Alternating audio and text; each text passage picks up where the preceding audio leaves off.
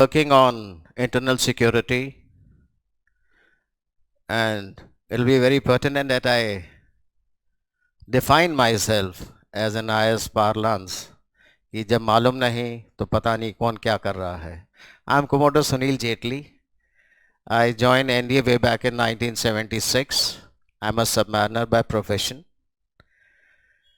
Submarines means that I've been guarding the country for the last 35 years in the underwater world. When I retired, there were many options available to me. And furthermore, that I'm a diver, a lot of money available in the outside world. But I decided to embark upon this profession of teaching. This profession is very noble for the very simple reason it gives me an opportunity to interact with people like you. Because you are tomorrow's India. People like me will fade away. But what tomorrow's India is, people like you. I decided to embark upon this profession to strengthen the country from within. In this course of duty, I was fortunate to have trained in Soviet Union, now today is present day Russia. I trained in USA. Apart from it, I visited 34 more countries. This is basically to underline that this 35 years gave me a comprehensive understanding of internal security, disaster management, and many aspects of international relations. Today, I would be working on certain aspects, and especially for this basic course, what we call as a crash course, try to give you an insight as to what we will be covering in the course for the time that you're interacting with us. I have got certain milestones for myself. This is basically to show you what a submarine looks like on surface. You're fortunate to see it, but seldom people see it because we are always underwater. Nobody knows where we are, but we are everywhere. And that is what is the essence of security. It is unseen, but it is seen everywhere. The impact, the effect of it is felt all around the people. How do I intend covering my subject? I'll be basically talking of what were the past precedents as to how internal security and decision making, rather disaster management was checked, or the questions that were there in the previous exams. Basically bring out certain linkages between why should we do internal security. Because a lot of people have this habit of seeing internal security as an individual subject. But I presume that by the virtue of its dynamic nature, it has an impact on every aspect, which we'll be talking about.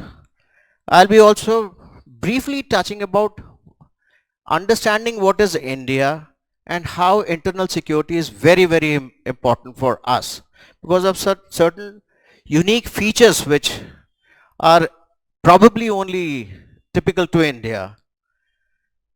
I'll be covering certain aspects that we'll be covering in the capsule. I'll try to give you a brief insight into the mindset of the examiner as to how he thinks, and probably in the end, if the time permits, we will be talking of as to how I tend to make you more enabled, empowered, and capable of dealing with all the aspects of internal security. Now, to cut the grass and come down to the brass tacks, let's start seeing as to what has been the precedents in past. If you look at it from 2000 to 21, that's the time when internal security was introduced, we see that virtually at any and every given time it formed about 20 to 25% of the GS paper 3. Each and every time you find minimum 6 to 5 questions coming from both these aspects. So that essentially puts the fact that internal security plays a very, very important aspect in our GS paper 3.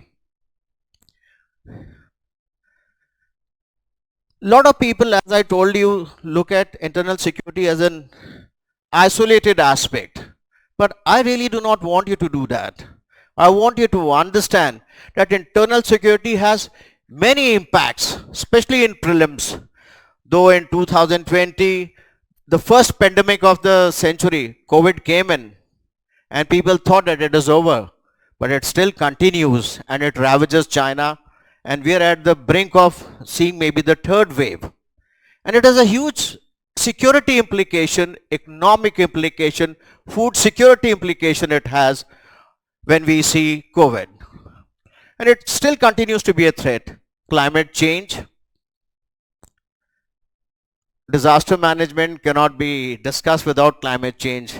And if you all would have been following, you would have seen the bomb cyclone which has come into USA now, the whole Arctic snow blizzard which has come up over there. There's a kind of havoc that has happened in a country like US is exactly indicator as to what awaits us in climate change. COP22, we shall be discussing about it, and various other aspects connected to it, the landslides and the works that happen. If we look at the border, we have major issues with China, Nepal, Pakistan, and they are active and still going on. And they will all become part of your prelims. There will be questions on all these aspects. And my endeavor would be to make you enable. Furthermore, if you have been following the newspaper, we see Chanda Kochar, the ICIC CEO. She has been caught for money laundering. The aspects of PMLA which comes into force, we will be looking into it. Similarly, cybercrime, warfare. I'm sure that all of us are aware of the ransomware attack which took place on All India Institute of Medical Sciences this month itself. The kind of implication it has. We will be talking of CA, Uniform Civil Code, and many other aspects apart from UAPA, PFI, etc., etc. Furthermore, IS and internal security makes a huge impact on your essay writing, your ability to understand everything comprehensively and to put your opinions and judgment and your analysis in your essay makes you tall and stand out from the people. Similarly, in the polity, international relations has a huge role of internal security looking at terrorism. I'm sure all of us remember this NMFT, no money for terrorism, the prime ministerial debate meeting which we had just this month.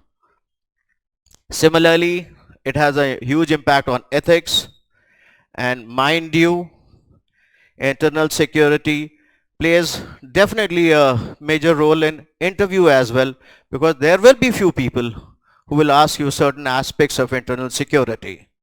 So when we look at it, that internal security becomes part of prelims, it becomes part of polity, it becomes part of your essay, it becomes a part of your main paper, apart from it, into the interview also. So it basically underlines the importance of understanding internal security. And if you really look at it and try to understand internal security, perhaps I think no one would have enumerated it better than what our Prime Minister did when he said Sabka Saath, Sabka Vikas and Sabka Vishwas. Though it's a very plain, simple, three quotes to put together saying Sabka Saath, Vikas and Vishwas. But there's a huge meaning behind it. There's huge internal security ramifications.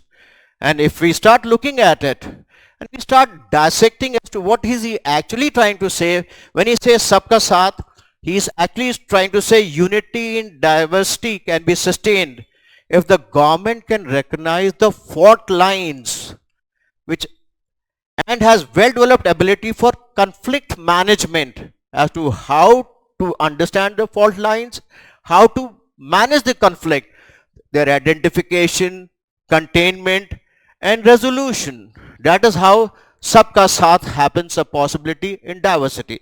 If you remember, we have a major problem with certain religions, we have a major problem with certain language. A certain language is supposed to be our national language, but has not been implemented in many places. We find there is a huge problem today between Maharashtra and Karnataka on the border as well. So when you look at all these things, this is where Sabka Saath becomes. In the federal system, everybody needs to be collaborated, needs to work together. Similarly, when we look at Sabka Vikas, what does Sabka Vikas means? It is economic growth to support development and employment. And which means that we need to have a secure environment, need to keep supply chains open and safe. That is what is the major endeavor, to keep our supply chains open and safe, so that our dream of Atmanirbhar becomes a possibility. Because when we talk of supply chains is not only for import, it is for export as well. So we need to ensure that I2, U2 that we have between India, Israel, UAE and US makes this region little more secure. Similarly, Quad, many other endeavors which have been done to ensure that our Vikas continues. Similarly, at home we have to ensure corruption-free business practices, and at the same time to control anti-national and subversive elements, towards which our law enforcement agencies, ED, etc., gets into action. Sabka Vishwas, I think it is perhaps the most important aspect, which is to uphold the democratic principles of governance, preserve constitution and ensure fundamental rights, whether fundamental rights of every individual in this country, independent of their religion, independent of their caste, their sex or their religion. Similarly, maintain religious and communal harmony, and above all, respect human rights, an activity that we are seeing at great level in Jammu and Kashmir, where we are looking at the human rights. Similarly, in Northeast, where we're looking at Assam and other places, and how to manage the Naxals. And at the meantime, ensure things are secure, progress takes place, but at the same time, human rights are preserved. So we respect fundamental rights and ensure democratic principles becomes a possibility. So that is what we really need to understand, and that is what is the common denominator of our Prime Minister's speeches, to ensure the internal environment is safe, and at the same time the external environment is also safe. Today we have issues on our border with China, we have issues with Pakistan, we have certain issues with many other states which we are trying to contain, and we are trying to ensure that development, peace, stability, everything becomes a possibility. India is a very unique country. When I say unique country, because we have 1.35 billion. 1.35 billion, and next year we are supposed to be crossing 1.4 and become perhaps the largest, the most populous nation in the world. It is pertinent to understand as to what is 1.4 billion. Number of times we presume that 1.4 billion is just a number. But to put it in the right perspective, 1.4 billion means USA, that is North America, plus South America, plus Europe, plus Australia. Their population is less than ours. You can well imagine, population of 4 continents is less than our population.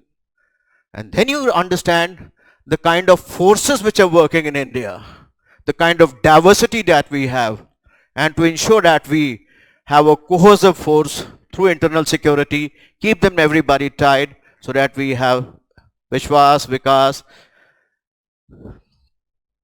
Further, we realize with the largest democracy on the world, on the planet Earth, and perhaps the biggest custodians of fundamental rights. And when I say fundamental rights, I'll just try to bring you notice to certain events which have happened in the last couple of years. And the way we went about, when we look at Scheinberg, when we look at Farm Bill, we will look at certain things which happened on 26 January 2021. At any and every given time, the fundamental rights were protected. There was no use of force. And if we see our neighboring countries, or even we see US, we realize the kind of force that was applied at certain places to ensure certain events were taken care of. But in India, perhaps the fundamental rights and respect of human rights has been given huge credence, and that is why we have not seen actually any major violence. We are the fifth largest economy, but however our GDP per capita puts us at 139 as of now. The number may have changed recently, but that means that we are the fifth largest economy, but the parity between the rich and the poor is intense, and this intense parity creates a huge potential difference and creates a room for various kinds of crimes, various kinds of unwanted activities, and that is where the society actually gets strived, but our ability to manage that is what we call as a good governance. We'll be talking about a whole lot of these things again. We also need to understand that this country of 1.35 billion came into being just by the fact that on 15th August 1947 we were divided into two parts, actually three: West Pakistan, East Pakistan and India, and where we realized that we were divided on the basis of religion. Today, incidentally, our Muslim brothers are more than the population of Pakistan.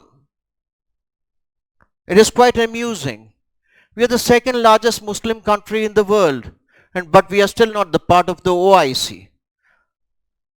There are certain aspects that are very unique to India, and we shall be discussing about them too. We have got 7 major religions with sects and subsects. When India says that we are secular, we mean it, and that is what has been our credence.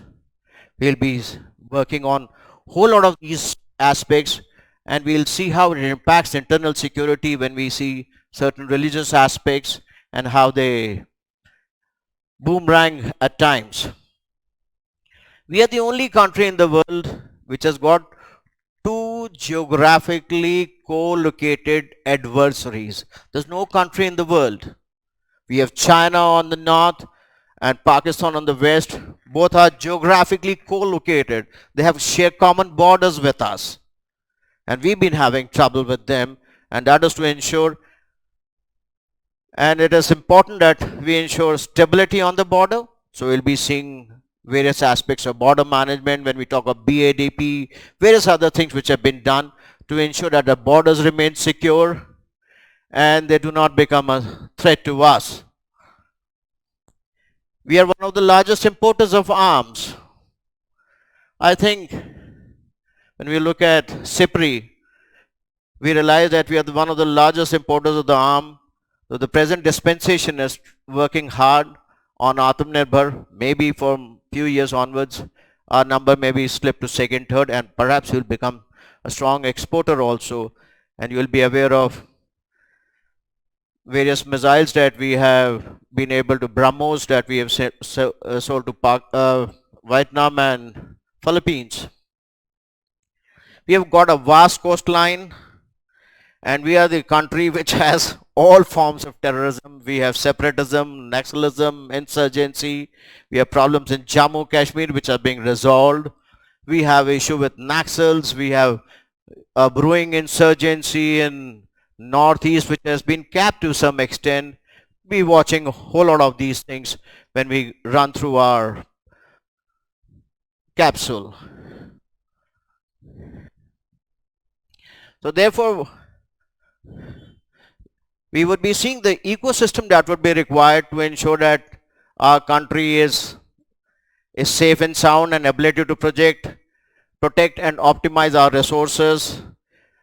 There will be major emphasis which are based on sovereignty, territorial integrity, management of cyber security, and ensuring corruption environment. What are the subjects that we will be discussing? So there will be two kinds of subject times. One, we will be discussing cursory, where we will be preparing you for prelims, where we will be giving you an insight, the kind of information that is required to cap it in prelims, and in the foundation course we will be discussing about in great detail so that you can form your opinion and you can deal with questions which are about 200 to 250 words.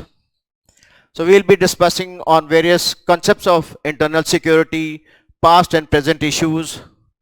We will be looking at various kind of external state agencies and national state agencies which are involved. We will be looking at various models of how to deal with external state actors and non-state actors who are the major players in insurgency, in terrorism, models of midlife, etc. That is how military, intelligence, diplomacy, legal, information, financial, economic, that is what is the acronym for midlife. How these tools will be used to deal with terrorism. We'll be looking at Jammu Kashmir militancy after 370 and abolition of 370 and 35 alpha. There are new changes and lot of challenges which has come up. Insurgency in Northeast, APSA still continues to be there. The solutions that we have and the various aspirations of these states that we have. Left-wing extremism, that is nationalism, evolution and its management. We'll be seeing a lot of linkages between development and extremism for both the prelims and as well as the foundation course. Communal violence, what we see today is mob lynching, religious aspect, caste, love jihad, and many other aspects that are correlated with it, and various legal aspects to it. Organized crime, where it will be coming down to gun running, drugs, etc. And various legal aspects when we talk of PMLA, Prevention of Money Laundering Act, and many other correlated legal provisions that are there to ensure these things are taken cognizance of. We'll be looking at money laundering, border management, understanding what is salami slicing, understanding what is cartographic aggression, what we've been seeing for the last 60 plus years with China, how the salami slicing or cartographic aggression when we look at Nepal, how by just changing the map we see a certain amount of aggression which has been seeing, how to manage them and how to understand them. And actually for prelims we'll be talking of the aspects what will be coming in the paper. What are the pain points on or the press points, we'll be talking of them. Security forces in order, how in India, how law and order and various reforms that are required. We'll be discussing of the nuclear issues also. And as you realize that with Russia and Ukraine, we were virtually at a nuclear, the world was supposed to be at the threshold of a nuclear warfare. But fortunately it didn't happen, and a lot of credit goes to, I presume, to our Prime Minister. And we'll be discussing a whole lot of these aspects. We talk of NEET, NPT, CTBT, INF, MTCR, SALT, START, FMCT, NSG, various aspects which always and makes it a part of prelims, and especially at times in this year it may become a major part in your foundation course also in your exam, especially looking at the fact that we made some advancements in our nuclear technology, we made some advancements in our nuclear weaponry and on our nuclear carrying submarines also. There's a lot of advancement which has been made. Perhaps there is a high probability that we will see a question coming out of it. Understand armed forces, that Army, Navy, Air Force, Coast Guard, and various other paramilitary forces, role of CDS, now that CDS become a permanent thing.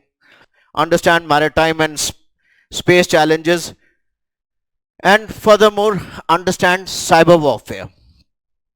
These will be the few topics that we will be covering in both your prelims as well as in foundation course. In prelims, the endeavor will be basically to get you ready to deal with SAT, MAT or multiple question MCQs, the various options that you have to give you that kind of a mindset, that kind of a capability. But when it comes down to writing a huge opinion or a comment or a discussion or to analyze, we'll give you the rest of the aspects, a deeper understanding of these aspects in our foundation course. The number of times one keeps on, I've taken many classes and a lot of people keep on asking me, sir, examiner के दिमाग में क्या घूमता रहता है?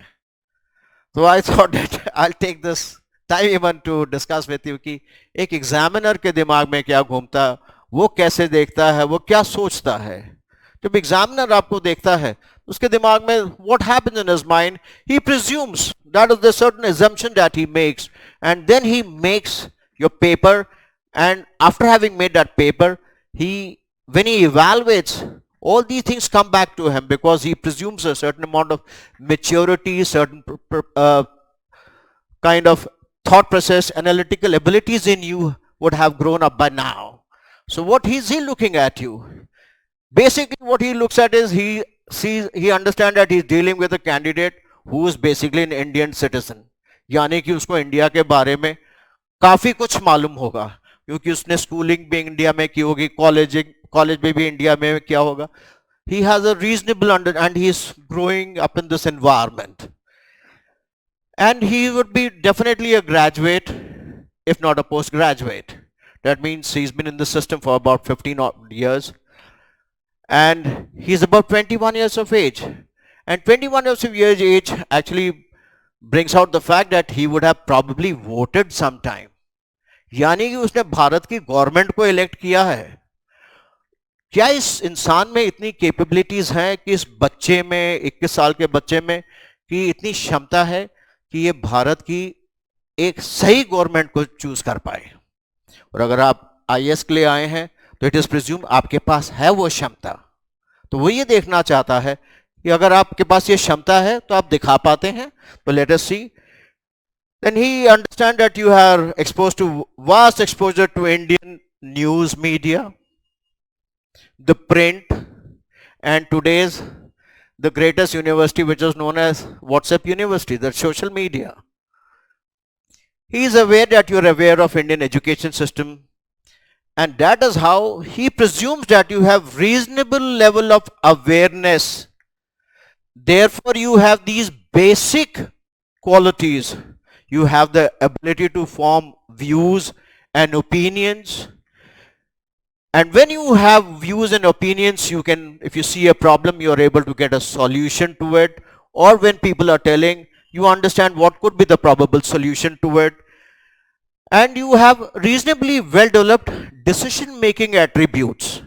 कि आप किसी चीज को देखते हैं, सोचते हैं, समझते हैं, सॉल्यूशन निकालते हैं और डिसीजन लेते हैं कि आगे क्या करना चाहिए और कैसे करना है.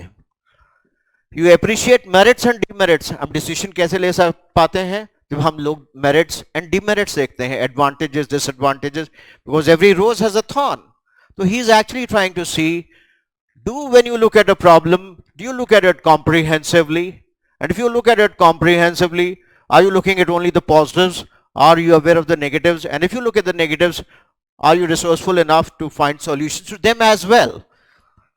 And he appreciates your he presumes that you're analytical, logical, and you have reasonable understanding of culture. Because in our schools and in our secular environment, we have grown up with friends and people around us from various religions, from various languages, various castes. So we understand the cultural differences and we learn to appreciate them and use them to unite each other. And further, he's just trying to see if you are sensitive and ready to resolve issues. And में बस वही देखना चाहता है कि भैया आप sensitive हो और किसी प्रॉब्लम को देखते हो, उसको रिजॉल्व करने की क्षमता है या नहीं आप में. और मैं क्या करूंगा आप लोगों के साथ, इस समय में while I'm dealing with internal security, मेरा endeavor होगा to make you, give you a reasonable understanding of specifics of security issues, specific nuances, why, what is unique in Jammu Kashmir, what is happening in Northeast, what is in Naxalism, what is cyber warfare, special aspects of it, and how are they changing the dynamics of the environment. Why did they come up? Basic background in क्यों आए, किस लिए आए? The evolution, when a thought process comes, how did it evolve? When nationalism comes in, it comes as a thought. And it came at, when we talk of Maoism, it comes from, or nationalism, when we talk of it, it comes from, we see the two communist countries, the Soviet Union, Lenin, Marx, Engels, and then we see Mao. How did the thought comes into India, and how does it bloom? This is evolution. And we'll see that evolution, is it geographically contained or it is widespread across. We'll see a whole lot of these aspects so that we understand what is happening around. We look at impact and get into solution formulations. If when we see a problem, uska impact dekhte hain, we try to find out what are the solutions to it. I'll help you with data collation, basically get information from various sources. Number of times we are quite limited. We look inwards only into the Indian side. There's a huge amount of stuff which is happening in security on the international fora also. When you talk of UNAC 1267, there's a huge number of things. When we look at SEO, we talk of RATS. There are so many organizations. When we talk of FATA, we talk of OECD, NMFT, so many things are there. So it will be giving getting data from abroad and from here and trying to manage the situation. I'll be giving you a ability to have dynamic and feasible response. And why do I use the word dynamic? Because internal security is not static subject. It is a very dynamic subject. It constantly keeps on evolving, and every step needs a new solution to it. We cannot be solving things of yesterday with yesterday's solution. Today's problem will have today's solutions. And that is what we call it as dynamic and feasible solutions to everything that we look at. We'll be doing some scenario building and manifestations. We always kept on talking of two-front war. Perhaps that was a big scenario building. And that is how we were able to figure out what should be our force levels in India to have a two-front war and the manifestations of it. So we'll be doing similarly various kind of scenario building in whether it is nuclear, whether it is of religious aspects, and try to see, especially in the cyber world where there's a lot of stuff which is happening, we'll build up certain scenarios and see the manifestations. And this will be part of the foundation course. When we'll talk of all these new developments so that we are always current with the things which are happening around us. So that finally you have a big response spectrum. And definitely as a good teacher, it will be my job to give you a lot of assignments, and will give you food for thought and assignments so that we can work together. And this is how I intend working with all of you. I enjoyed interacting.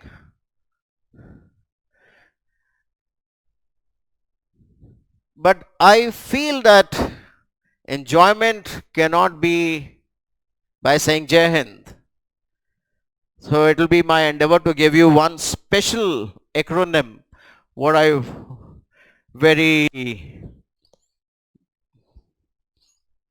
it's my favorite thing, and I use it very extensively. What I call it as PASTEL. When I talk of PASTEL, I believe that one of the major limitations of majority of the people is because they look at news in a monochromatic manner. They seldom see the various ingredients which go into making news. For example, when we look at the white light, we just see it as a white light. But when you put it through the prism, we see there's a VIBGOR. The whole spectrum comes out. Similarly, no news is by itself. News has various spectrum, जैसे कि गोभी की सब्जी के अंदर केवल गोभी नहीं होती है, आलू भी होता है, प्याज भी होता है, उसके अंदर लहसुन, अदरक, नमक, मिर्च, हर चीज़ एक रिक्वायर्ड मात्रा में होती है। इसी प्रकार से हर न्यूज़ के बहुत सारे अंश हैं, and that is what is my major my giveaway gift to you is today would be understanding PASTEL. Everything will have a political connotation because the government runs the country through constitution. So everything that happens in this country will be governed by constitution. Similarly, I'm not going to discuss on rest of the aspects. When we have the class, I'll be talking of E stands for economy. Money is the sole lubricator which makes everything move for human beings. For us, there's nothing free. And the money can be used for development or it can be used for destruction. Development by the government, if it is a good government, and destruction if it is hands on the criminals or anti-national forces or terrorists. We'll be discussing a whole lot of these things when we talk of this thing. Social. You all are well aware of social media that we all keep on talking of. Man is a social animal and we are divided by caste, creed, sex, religion, language, color, nationality. There's so many divisions which exist. How to use this thing will be what is social. And any news will have a social angle because it impacts us. It impacts a certain group of people. So social angle will come in everything. T is technology. It's one of the greatest game changer. Today, whether I'm talking to you while you are sitting at your home, you're seeing me through offline media because technology has made it possible. And similarly, this similar technology has made it possible for a gentleman sitting somewhere to radicalize people. So technology is a big game changer in this positive way where it empowers, and in the negative way where it disrupts. Technology will play role in everything, whether we talk of Rafales, whether we talk of atom bomb, whether we talk of Bitcoin, whether we talk of WhatsApp, whether we talk of X-rays, whether we talk of medicine, whether we talk of COVID, it will play a role any and everywhere. So we'll understand how to use these things, and this tool becomes extremely important when we start writing our main foundation courses. But at the same time, this help people who are going for prelims to start seeing things in a relatively different manner. E is environment. There are two types of environment: the physical environment, what we call as climate change, and the second is the mental perception. We'll be talking about it too. And in the end, it comes to legal. Whatever the constitution tells, for everything there is rule. There is PMLA, there is UAPA, there is NSA, there is IT Act, there is Triple Talaq Act. For everything there is CAR, there is farm laws. For everything there is a law. The constitution gets implemented through legal aspects. Any and everything that you see, any news will have a legal angle to it. So we will be seeing all these things. And this is my gift to each and every one of you. So I would expect that when you go back home and when you start seeing things, remember this model and try to, whenever you see news, try to extract at least 3 or 4 components of this. In the end, it remains for me to say Jai Hind, because we are all Bhartis and we are worried about this nation. Because this is the only country that we have. And this is the only country that we want to be IAS officers of. I enjoyed interacting with each and every one of you. I wish you all the best. Looking forward to interact with you more often. Thank you. God bless you. And may you have a great day. Thanks.